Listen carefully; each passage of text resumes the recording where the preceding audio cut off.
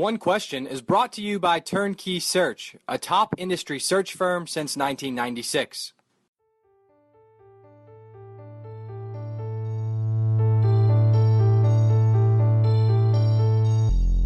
Greetings, this is Tai Brown and welcome to One Question.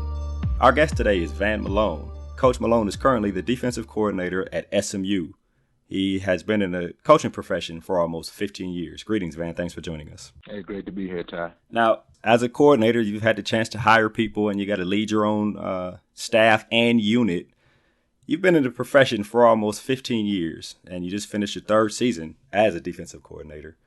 What have you done during your career up until this point that you believe has prepared you to be a viable candidate for a head coaching position?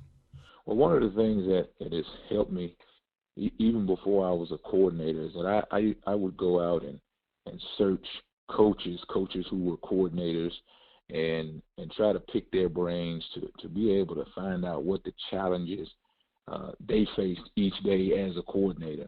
And if I wanted to, I said to myself, if I wanted to be a coordinator one day, I need to find out how I could put myself in the shoes of a coordinator. But then now in this position as a coordinator, I think that the next step is for me to be a head coach. And so what I've done is reached out and try to push through my network, guys like David Cutcliffe and Matt Rule and Mike Gunyon, of course, on our staff, Chad Morris, and be able to brush up against those guys and just like when I wanted to be a coordinator, find out what challenges they face as a head coach. And some of those guys, a couple of those guys have been in a head coaching role for a substantial amount of time. And then, like in the case of Coach Morris, in a new head coach, I just felt like bumping against those guys and being able to get information from them would only help me in my future endeavors. Next thing that I've tried to do is that as a position coach, you really focus in on your position. And what's going on with the cornerback position, you know every step of the way. Well, as a coordinator, you focus in on all of the guys on the defense. Well, to say that I want to be a head coach, I felt like it's important to broaden that scope, to be able to reach out to guys on the offense and reach out to guys within the special teams and establish relationships with them. And I've kind of forced myself to do that because that's what I see head coaches, that's what they have to do. And then the third thing that I think that has really been good, and it's kind of come from Coach Morris, is that we work a lot as a staff on situational football.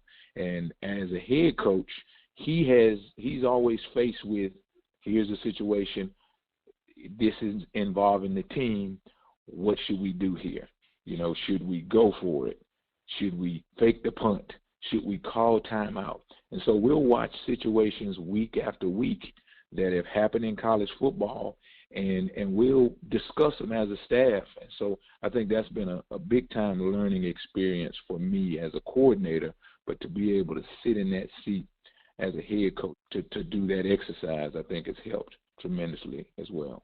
Talking about situations in order to make a call on the field, from what I know about you, I'm sure you pick Coach Morris's brain in terms of the situations off the field on developing a plan for when you have to face something that you have to make a big decision on that the team may not like it or your staff may not like it, but as the leader, it's probably the best decision for the organization. Well, continually, as I've watched Coach Morris, but then other coaches that I've had opportunity to work with, the Mike Shermans, the Gary Dornells, I've watched what they've done in those situations off the field. You know, you have a player who's a discipline issue. How do you handle that player?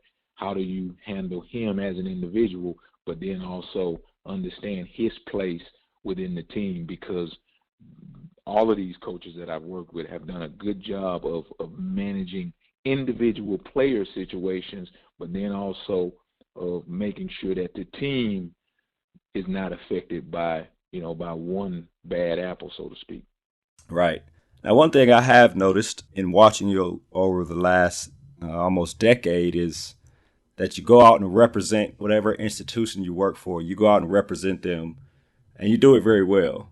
I assume that that's something that it's probably good for you in terms of the future of possibly being a head coach when you have to represent an entire organization. And it's, from what I've seen, especially the last 3 years, Coach Morris seems to, you seem to have his blessing to go out and represent SMU as a defensive coordinator and as a ambassador of the program. Well, one of the things that I always tell my players is I tell my players that you need to understand that when you walk out of the room, you represent me. And that's the same pride that I take. I really, it's a privilege to be able to represent. And I've had the opportunity to coach at different places and different programs. And I always take great responsibility in the fact that if I can do something, I think you and we were discussing it earlier, if I can do something for this program to make it better when I move on, then that's a good thing. So I'm always trying to do whatever I can within the AFCA, in the community, and in the coaching circles as well, just to make sure that the people that I am around every day, that they're represented well, that Coach Morris as our head coach is represented well. I think that's important. And one of the things that I think that, as a leader, it's important to understand that it's not about take. We have the coaches that I've worked with have really instilled in me that as the leader, you're there to serve. And so I see that in Coach Morris doing things to help us as coordinators and as assistant coaches to develop, to aspire to one day be head coaches.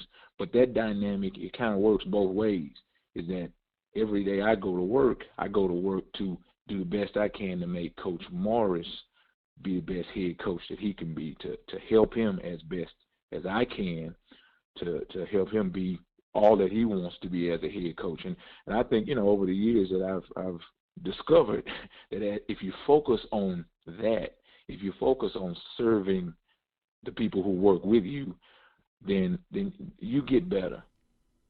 Right. And that goes back to the protect the head coach mentality, right? And that works from a player to an assistant coach, from an assistant coach to the coordinator to the head coach. And I'm sure it works Exactly.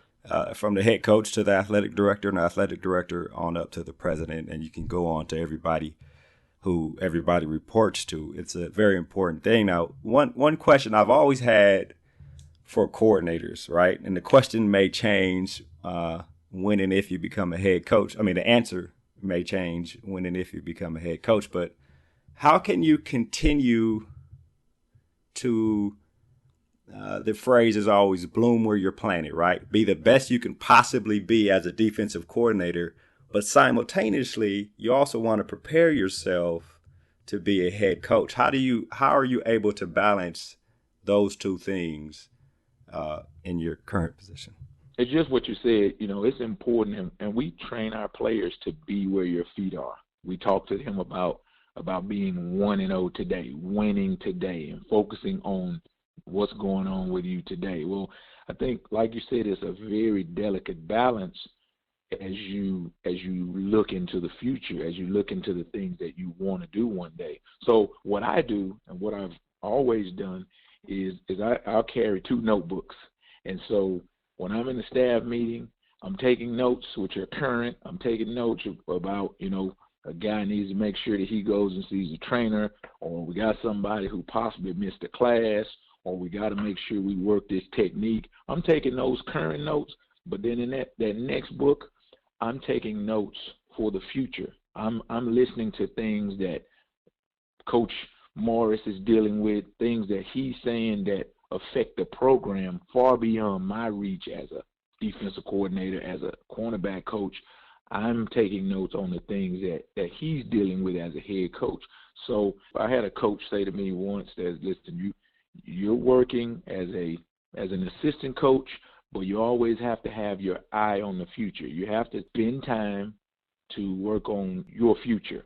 And if that means, and this is what the coach said, he said, if that means coming to work 1 hour earlier and taking 1 hour to dedicate it to your plan as a head coach, as a coordinator, as whatever it might be, you need to take that time. And I think it's a good idea, it's a good thought, because, if you work efficiently, then there's some time during the day that you can dedicate to your future. Because I'm 100% in belief of making sure that you are doing the things that you need to be doing rather than worrying about another job, rather than worrying about the next step. But you can take time. There's time in the day where you can focus on you in that way. Right. And one final question here. In listening to ADs talk and reading some of the things they say about candidates in various positions and various sports, they always, they want to know, what's your vision for the program? Do you have a plan for recruiting, a plan for assistance? How are you going to handle your first 90 days? What's your plan for strength and condition? All those kind of things. And so I'd assume that somebody like you who has prepared his whole career for when an opportunity comes up, you probably have a lot of those things spelled out for the interview opportunity when it presents itself. Well, what I've done is, you listed a lot of things, and Right. for someone who has not been in that situation, been in that seat, I think it could be overwhelming. So what I've done the last couple summers is I've connected with Floyd Keith, and Floyd Keith has an organization that helps coaches be able to work through that PPA, playing positive attitude.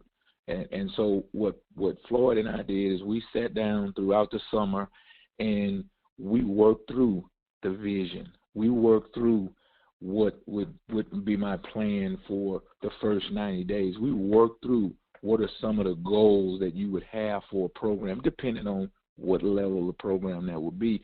But he just gave me a good bounce back, a good place to be able to share ideas and to be able to build the vision that was in my head. So yes, I have had the opportunity to work through those things, and it's just like as I've heard from Coach Morris and as I've heard from other coaches talking about their first year on the job as a head coach. It matches mine as a defensive coordinator in the first year, is that you learn much more than you think you know. Right. So you're never really prepared, but you can prepare as much as you can and constantly be preparing for an opportunity. Well, we around here, we talk about the culture that we're building. And if you have to, as a head coach, you have to know what the vision is. You have to know what culture is needed and what culture your team and your administration, what can they believe in? What will they buy into? And then once you build that, once you lay that culture out, then it's the head coach's responsibility to push it through the staff and to make sure that every day you own it and that every day you protect it. Right. Well, Van, I've seen your work over the last, like I said, 10 to 15 years from my time at the AFCA.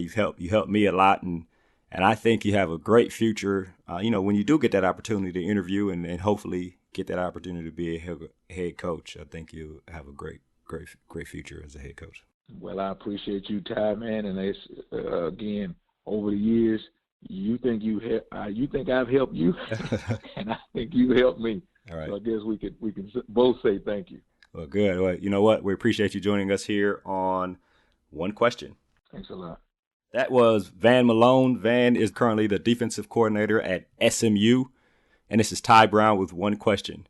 Now, keep in mind, the role of a leader is to create and maintain an environment that people want to be a part of. And as always, be better tomorrow than you are today.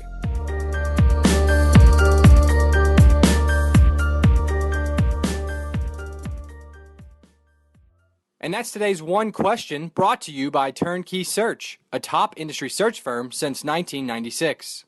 One Question is designed to give D1 Ticker subscribers valuable insights on how executive leaders in college athletics think about key issues on their respective campuses, in their departments, or within their leagues and conferences. One Question is brought to you by Turnkey Search, a top industry search firm since 1996.